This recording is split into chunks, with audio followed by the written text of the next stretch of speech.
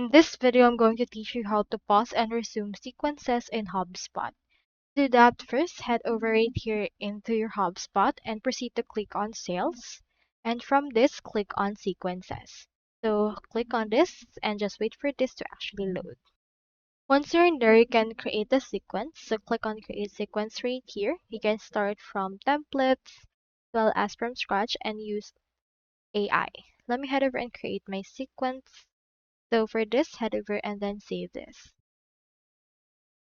Now we just need to actually use it for now and create it. And once you have created it, it should be able to appear on your dashboard.